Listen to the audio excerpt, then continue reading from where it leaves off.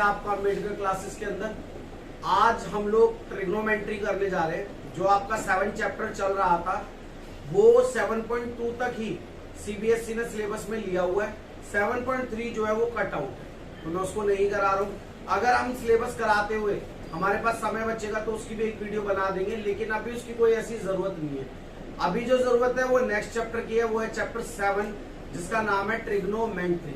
और ट्रिग्नोमेट्री इतना important topic है कि आप इसको कहीं भी छोड़ नहीं सकते हो, आपको आगे बढ़ना पड़ेगा। और इसका अगर बेसिक आपको क्लियर नहीं है तो आप आगे कितना भी इसको पढ़ लो आपको समझ में नहीं आने वाला। और बेसिक की शुरुआत होती है 10th में, क्योंकि यहाँ पे इसका इंट्रोडक्शन है, पहली बार आया है, तो मैं आपको उसी के हिसाब से इसकी पूरी नॉलेज देने वाला हूँ। आज की जो वीडियो है केवल बेसिक के ऊपर फोकस किया जाएगा। कोशिश की जाएगी ट्रिग्नोमेट्री क्या है, किस चीज से रिलेटेड है, उन चीजों के बारे में आपको नॉलेज दी जाए। सबसे पहले बच्चों हम जानते हैं कि ट्रिग्नोमेट्री किससे रिलेटेड। ट्रिग्नोमेट्री बेसिकली रिलेटेड है to a right angle triangle. Right angle triangle.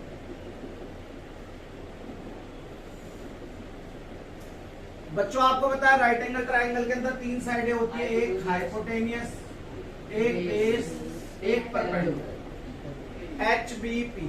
और आप बचपन से पढ़ते आ रहे हो इसके ऊपर जो पाइथागोरस थ्योरम है, पाइथागोरस जो थ्योरम है उसमें आप क्या पढ़ते आ रहे हो कि हाइपोटेनियस का जो स्क्वायर है वो परपेंडिकुलर का स्क्वायर प्लस बेस के स्क्वायर के इक्वल होता है। ये आप इतना पाइथागोरस के अंदर इतना पढ़ते हुए आए हो, आपने इसके बारे में देखा है, ठीक है, ये आपको नॉलेज है इसके बारे में। आपको ये भी पता है कि भाई जो राइट एंगल ट्रायंगल होता है उसमें एक एंगल 90 डिग्री का फिक्स्ड है और 90 डिग्री एंगल के सामने वाली साइड हाइपोटेनियस होती है हमेशा। क्योंकि ट्रायंगल का आपने एक रूल पढ़ा था कि जो एंगल बड़ा है उसके सामने वाली साइड उतनी ही बड़ी होगी। तो हमारी ये वाली जो 90 डिग्री है ये यहाँ पर हाइपोटेनियस क्या है, बड़ी होगी, सबसे बड़ी, और ये दोनों साइडें छोटी छोटी होंगी। ये इतनी बातें आप पढ़ चुके हो, ठीक है। मगर जो 10वीं में जानना है वो ये जानना है बेटा कि ये जो बेस और परपेंडिकुलर है ये कभी फिक्स नहीं है। अब तक आपके लिए ये था एक राइट एंगल ट्रायंगल बना दिया, भाई ये हाइपोटेनियस है, ये बेस है, ये परपेंडिकुलर, लेकिन नहीं, अकॉर्डिंग टू एंगल हमारा बेस और हमारा परपेंडिकुलर चेंज होता है। देखो कैसे, मैंने ये एक राइट एंगल ट्रायंगल बना दिया जिसके अंदर मैंने नाम दे दिया A, B एंड C। ये मेरा हाइपोटेनियस है, ये हमेशा फिक्स रहेगा, ये मेरा हाइपोटेनियस हमेशा फिक्स रहेगा। अगर मैं ट्रायंगल को एंगल C के अकॉर्डिंग देख रहा हूँ, किसके अकॉर्डिंग देख रहा हूँ, तो इससे जो एडजेसेंट साइड है, एडजेसेंट साइड, संलग्न भुजा, जिसे क्या बोलते हैं, संलग्न भुजा, यानी कि एडजेसेंट साइड है वो आपकी बेस होगी और बेटा उसके सामने वाली साइड क्या होगी, परपेंडिकुलर। क्लियर है बात। और अगर इसी ट्रायंगल को मैं दोबारा से देखो आपके लिए बना देता हूं, A, B, C, हाइपोटेनियस तो आपका फिक्स है, लेकिन अब की बार मैं ट्रायंगल को एंगल A के अकॉर्डिंग देख रहा हूँ। किसके अकॉर्डिंग देख रहा हूँ? अगर एंगल A के अकॉर्डिंग देख रहा हूँ तो बेटा जी आपकी जो इसकी एडजेसेंट साइड होगी, संलग्न भुजा होगी, वो आपका बेस होगा और सामने वाली साइड क्या होगी, परपेंडिकुलर होने वाली है। ये एक छोटा सा चेंज आपको पता होना चाहिए कि भाई अगर मैं एंगल C के अकॉर्डिंग देख रहा हूं तो परपेंडिकुलर बेस क्या होगा, और अगर मैं A के अकॉर्डिंग देख रहा हूं तो परपेंडिकुलर बेस क्या होगा। छोटा सा कॉन्सेप्ट है, इतनी बात याद रखनी है कि भाई जब भी आप परपेंडिकुलर बेस की बात करोगे सबसे पहले आप ये जानोगे ट्रायंगल की किस एंगल की बात की जा रही है। क्योंकि अगर वो एंगल आपको दिया हुआ है तो उस एंगल के अकॉर्डिंग ही आपको बेस और परपेंडिकुलर मिलने वाला है। एडजेसेंट साइड जो होगी, संलग्न भुजा जो होगी या उससे चुपकी हुई, हम अपनी आम भाषा में बोले एंगल के साथ वाली चुपकी हुई भुजा बेस होगी और उसके सामने वाली परपेंडिकुलर। सेम यहाँ पर मैंने बताया, इतना कॉन्सेप्ट पहले आप उतारिए फिर हम लोग आगे बढ़ते हैं। ये आपको समझ में आ गया होगा। फिर दोबारा एक बार बता देता हूँ, ट्रायंगल के अंदर आपको पता था हाइपोटेनियस, परपेंडिकुलर और बेस, यानी कि कर्ण, लंब और आधार। मैंने आपको ये सिखाया कि भाई एंगल के अकॉर्डिंग ये दो साइड क्या होती है, चेंज हो जाती है, वेरी होती है। अदरवाइज तो आपका हाइपोटेनियस जो है वो तो फिक्स है।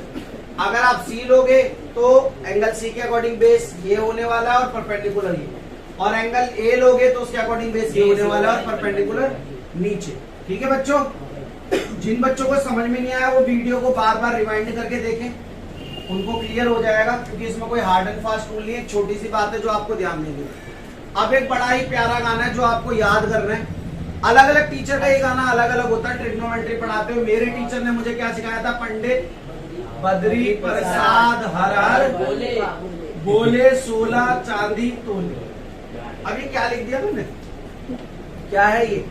एक्चुअली बेटा in trigonometry we have 6 ratios and for that we have different side जिनका हम क्या बनाते हैं, रेशियोज बनाते हैं। देखो कैसे, साइन थीटा P अपॉन में H का मतलब है परपेंडिकुलर अपॉन में hypotenuse, cos theta B upon H, base upon में hypotenuse, tan theta P upon perpendicular upon में बेस।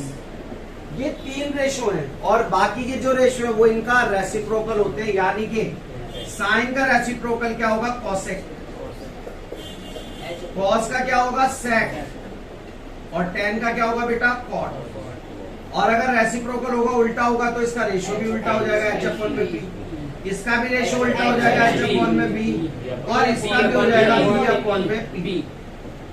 ये 6 रेशियोज आपको याद करने और इन्हीं का यूज 8.1 के अंदर है, जो मैं आपको करना भी सिखाऊंगा। वो पहला जो मैंने रूल बताया वो और ये रेशियो। ओके बच्चों, इतनी बातें आपको समझ में आई है या नहीं है? ये गाना मैं आप लोगों के लिए रिपीट कर देता हूँ दोबारा से।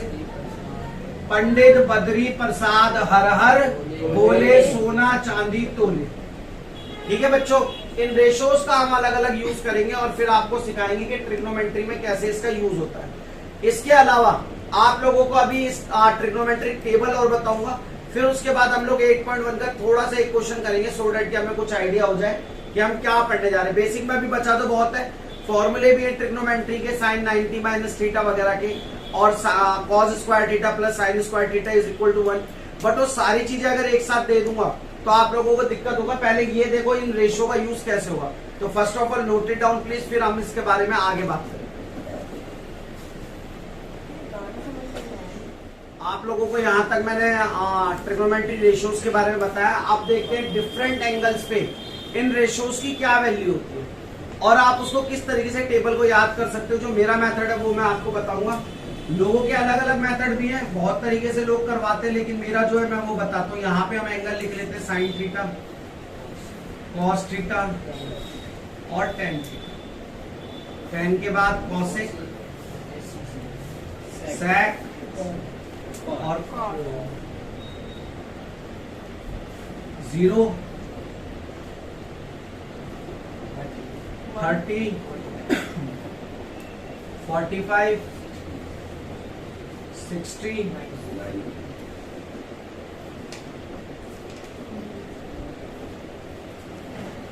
सबसे पहले आप साइन की वैल्यू याद कर लीजिए। किसकी वैल्यू याद कर लीजिए?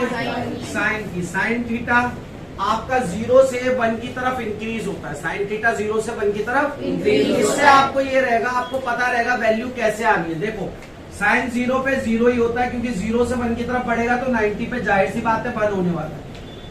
अगर साइन 0 है, मैंने बोला 0 से 1 की तरफ बढ़ रहा है, यानी कि 90 पर कितना होना चाहिए? 1। अब बीच की बातें आती हैं, यहाँ पर 1/2, यहाँ पे 1/√2 और यहाँ पे √3/2। ये वैल्यूज आपको रखनी पड़ेंगी, ठीक है ना। ड्राइव करने का कोई मतलब नहीं है, पेपर में आना नहीं है, कोई उसका लेना देना नहीं है। आपको बस टेबल की वैल्यूज पता होनी चाहिए कि साइन 0 पे 0 होता है, साइन 30 पे 1/2 होता है, साइन 45 पे 1/√2 होता है, साइन 60 पर √3/2 होता है और साइन 90 पे 1 होता है। अब कॉस में उल्टा है, कॉस में 1 से स्टार्ट होगा और 0 की तरफ बढ़ जाएगा। 1 से स्टार्ट होगा और 0, और आप इसको ऐसे भी कर सकते हो 1√3/2, साइन के पास यहाँ था वो यहाँ आ गया, 1/√2 अपनी जगह पे, 1/2 यहाँ और 0। आप देखोगे तो साइन की वैल्यूज को मैंने यहाँ से लिखना शुरू कर दिया, उल्टे से राइट साइड से लिखना शुरू करा, वो कंप्लीट हो गया। आगे बढ़ते हैं। अगर 10 की बात की जाए तो 10 0 पे 0 होगा, यहाँ पर 1/√3 होगा, यहाँ पर 1 होगा या √3, और यहाँ पर नॉट डिफाइंड एंडिंग। इतनी बातें क्लियर है। अब अगर आप कॉसिक, सेक और कॉट है तो आपको याद करने की जरूरत नहीं बेटा, मैंने आपको बताया ये इन तीनों का क्या है, रेसिप्रोकल है। क्या है? तो रेसिप्रोकल कर दो भाई। जीरो का रेसिप्रोकल क्या होगा? 1/0। तो 1/0 जाने पर क्या हो जाएगा? Not defined.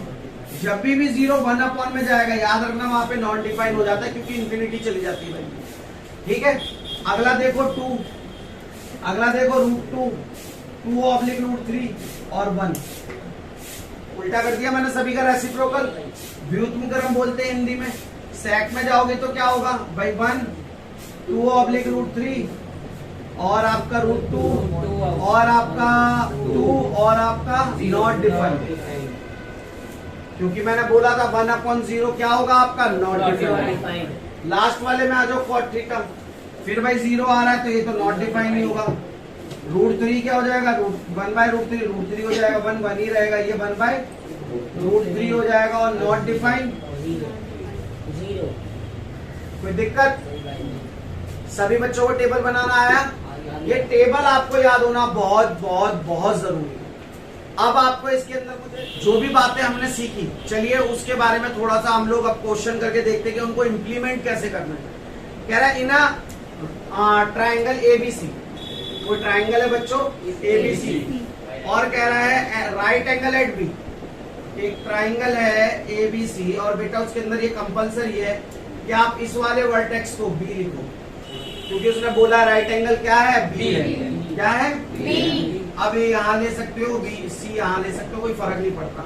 उल्टा भी ले सकते थे, यहाँ सी यहाँ, कोई फर्क नहीं पड़ता। ठीक है, आगे बढ़ते हैं। क्या कह रहा है? A B is 24, A B is 24 and B C is 7। यानी कि अभी तो नाम दे ही नहीं सकते, परपेंडिकुलर बेस तो अभी दे ही नहीं सकते, है ना। और उसने क्या बोला? डिटरमाइन साइन ए कॉज ए, हमें निकाल के क्या देना उसको? साइन ए कॉस ए और साइन ए और साइन सी और कॉस। हमने वो चीजें लिख ली जो हमें दी हुई है और हमें निकालनी। सबसे पहली बात तो ट्रायंगल की तीनों साइडें आपको पता होनी चाहिए। ट्रायंगल की तीनों साइडें पता होनी चाहिए। अगर पता होनी चाहिए तो ये जरा थोड़ा सा इस पे ध्यान देना। Hypotenuse is equal to perpendicular, plus ए इसका होल स्क्वायर। ठीक है। अब एक चीज देखो, परपेंडिकुलर चेंज हो जाए या बेस चेंज हो जाए, बीच में प्लस का साइन है, क्या कोई फर्क पड़ने वाला कैलकुलेशन पे हाइपोटेनियस निकालते टाइम? तो अभी हमें जरूरत भी नहीं है कि हमें पता पड़े परपेंडिकुलर बेस। हम किसी को भी परपेंडिकुलर लिख सकते हैं, किसी को भी बेस, बिकॉज इनके बीच में क्या है? प्लस का साइन है। किसका साइन है? तो कैलकुलेशन पे कोई फर्क पड़ने वाला नहीं है। तो चलो इसको जरा करते हैं। परपेंडिकुलर 24, 7, 24 का 576 स्क्वायर होता है 576, और बेटा इसका कितना होता है? 49। ऐड ऑन करते हैं, 625 कितना होने वाला है? ये उधर चला जाएगा, 25 का स्क्वायर होता है। And you already note that अगर किसी नंबर का पेयर बन जाए रूट के अंदर तो वो रूट से क्या होता है? बाहर आ जाता है। तो हाइपोटेनियस कितना होगा? 25। यानी कि ये वाली साइड आपकी हाइपोटेनियस जो फिक्स साइड होती है वो कितनी है? 25। अब आ जाओ अपने क्वेश्चंस पे। मैं इसको दो पार्ट में पार्टिसिपेट तोड़ दे रहा हूँ। मुझे पहले निकालना है साइन ए और कॉस ए, यानी कि मुझे इसको देखना पड़ेगा according to angle A, according to angle A. ये चीज समझने की जरूरत है। अगर उसने बोला साइन ए तो मुझे ट्रायंगल किसके अकॉर्डिंग देखना है? एंगल ए के अकॉर्डिंग। किसके अकॉर्डिंग? एंगल ए के अकॉर्डिंग। तो जरा गौर से देखो, अगर एंगल ए के अकॉर्डिंग देखना है तो मैं छोटा सा रफ डायग्राम यहाँ बना लेता हूँ। ये 24 था, ये 7 था, और ये हाइपोटेनस तो फिक्स होता 20। अगर एंगल ए के अकॉर्डिंग देखना है ए बी, तो बेटा आपका ये जो है बेस होगा और ये जो है आपका परपेंडिकुलर। मैंने बोला था उससे चुपकी हुई साइड बेस होगी, उससे चुपकी हुई साइड बेस होगी। अब आपको रेशो मैंने लिखवाए थे, चलिए लिखते हैं।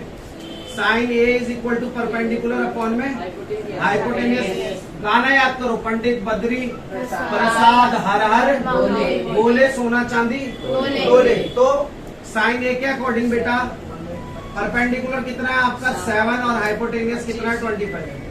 अगर कॉस ए निकालना है तो गौर से देखो फॉर्मूला क्या होता है, बी अपॉन में एच। बेस कितना है 24 और हाइपोटेनियस कितना है बेटा 25। इतनी बात समझ में आई है या नहीं? सभी बच्चों को क्लियर हुआ है? अब दूसरे पे आ जाओ, साइन सी और फिर से एक रफ ट्राइंगल बना लो, ए बी सी, हाइपोटेनियस 25 था, ये आपका 7 अब हमें किसके अकॉर्डिंग देखना बेटा? सी के। तो यार ये तो परपेंडिकुलर नहीं होगा, ये अब बेस होगा और ये Perpendicular। वैसे चुपकी हुई साइड बेस और सामने वाली परपेंडिकुलर। Perpendicular। अब अगर मैं साइन सी निकालने जाता हूँ तो क्या होगा? पी अपॉन में एच, यानी कि परपेंडिकुलर अब कितना है 24 और हाइपोटेनियस कितना है 25। अगर कॉस सी निकालने जाता हूँ तो बेस अपॉन में हाइपोटेनियस, बेस कितना है बच्चों 7 और ये कितना है? हो गया। कोई मुश्किल? नहीं। केवल अगर आप ये एंगल चेंज करना सीख चुके हो तो आपको इस सवाल के अंदर कोई प्रॉब्लम आने वाली नहीं है। इसके अलावा आप लोगों ने ये जो निकाला था, आप लोग 8th क्लास में ट्रिपलेट पढ़कर आए हुए, कुछ ट्रिपलेट आप लोगों को चैप्टर के बीच में मैं लिखवा दूंगा, आप उन ट्रिपलेट्स को याद कर लेना, जो कि आप जब ये पाइथागोरस लगा रहे हो तो आपका जो आंसर है आपको क्लियर रहे कि हमने ठीक करा है। कुछ चीजों को अगर रट लोगे तो सवाल गलत होने के चांसेस कम हो जाते हैं। तो ट्रिपलेट्स के लिए मैं एक अलग से शॉर्ट वीडियो या कुछ बना के डालने वाला हूँ, उसके बाद आप लोगों को ये भी समझ में आ जाएगा अच्छे से। उम्मीद है ये क्वेश्चन अच्छे समझ में आया। Note it down please. Students आइए सेकंड क्वेश्चन देखते हैं अब इसका, और आज इस क्वेश्चन के बाद हम इस चैप्टर को अभी आज के लिए इस वीडियो को एंड करेंगे, उसके बाद अगले सेशन में देखेंगे हमें क्या करना है। ये क्वेश्चन जो है पेपर पॉइंट ऑफ व्यू से थोड़ा सा इंपॉर्टेंट है बच्चों, क्योंकि थोड़ा सा दिमाग आपको लगाना पड़ता है। कह रहा है फिगर दी हुई है आपको 18.13 और उसके अंदर आपको दिया हुआ है P Q R, this is your 12 and 13, है ना बच्चों। और आपको बोल रहा है कि जो Q है वो 90 डिग्री है, उसने खुद ही बता दिया Q जो है वो 90 डिग्री है। उसके बाद वो आपसे निकलवाना चाह रहा है किसकी value? 10P minus cot R की वैल्यू क्या होने वाली है, ये आपको बताना। तो बड़ा ही आसान सवाल है, बिल्कुल भी घबराने की जरूरत नहीं है। पिछली बार हमने क्या करा था? सबसे पहले ट्रायंगल की तीनों साइडें पता करी थी, दैट मीन्स सबसे पहले ट्रिपलेट पता करा था। हर सवाल में जब भी सवाल आए ट्रिग्नोमेट्री का, पहले तीनों साइडें पता करते थे, और तीनों साइडें पता करने का फॉर्मूला क्या था? हाइपोटेनियस का स्क्वायर, परपेंडिकुलर का स्क्वायर, बेस का स्क्वायर। हाइपोटेनियस 30। देखो यहाँ पर ना 8th क्लास में जो आपने स्क्वायर रूट्स याद करे थे, चैप्टर था 5th या 4th चैप्टर है 8th क्लास के अंदर, वो स्क्वायर्स आपको याद होने चाहिए। इवन 20 तक तो याद हो, और क्यूब याद है तो और भी अच्छा, आपका मैथ उतना इंप्रूव हो जाएगा। ठीक है, अब आती है बात किसकी? परपेंडिकुलर 12 कितना होगा? 169, 144 प्लस बी का स्क्वायर। ये इस साइड आने वाला है बेटा, माइनस करोगे तो कितना आने वाला है बच्चों? और अंडर स्क्वायर दूसरी साइड जाएगा तो अंडर रूट 5। और आपको पता है पेयर बन गया तो एक नंबर बाहर और रूट हट जाएगा या कैंसिल हो जाएगा तो 5। क्लियर है? अब पहले मुझे 10P चाहिए। देखो इसको भी मैं 3 पार्ट्स में डिवाइड कर लेता हूं। 10P मैंने ट्रायंगल बना लिया, P Q R, ये 13, 12, ये 7। मुझे P के अकॉर्डिंग देखना है, किसके अकॉर्डिंग देखना है? किसके अकॉर्डिंग देखना है मुझे? P के अकॉर्डिंग। तो P के अकॉर्डिंग ये रहा P। अगर P के अकॉर्डिंग देखता हूँ तो ये बेस है और ये परपेंडिकुलर है, ये तो फिक्स ही होता है हाइपोटेन्यूज। तो 10P की वैल्यू क्या हो जाएगी बेटा? P अपॉन में B, परपेंडिकुलर अपॉन बेस होता है। परपेंडिकुलर कितना है बच्चों? 5 और बेस कितना है बच्चों? कोई दिक्कत? 10P की वैल्यू मेरी निकल के आ गई, 10P की वैल्यू मेरी निकल के आ गई। आगे जाते हैं, क्या निकालना है मुझे? चलिए ट्रायंगल तो वही रहने वाला है, बस अब हमें साइड्स को देखना है ना। तो अगर आर के अकॉर्डिंग देखूंगा तो बेस ये है, परपेंडिकुलर ये है और हाइपोटेनियस। भाई एंगल के साथ जुड़ी हुई साइड बेस होती है और एंगल के सामने वाली साइड परपेंडिकुलर। ये वाली साइड क्या है? फिक्स है। सारे बच्चों का ध्यान इधर होना चाहिए। अगर मैं जहां उंगली रख रहा हूं वहां नहीं देख रहे हो तो समझ में नहीं आएगी बात। दोबारा देखो, ये एंगल के साथ वाली साइड जो है वो बेस, एंगल के सामने वाली साइड जो है परपेंडिकुलर, और ये तो फिक्स होती है हाइपोटेन्यूज।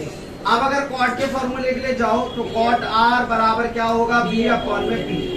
भैया हमें पता है tan का उल्टा कॉट होता है, tan का उल्टा तो भैया बेस की वैल्यू कितनी है बच्चों? 5 और परपेंडिकुलर कितना बच्चों? 12। कोई दिक्कत?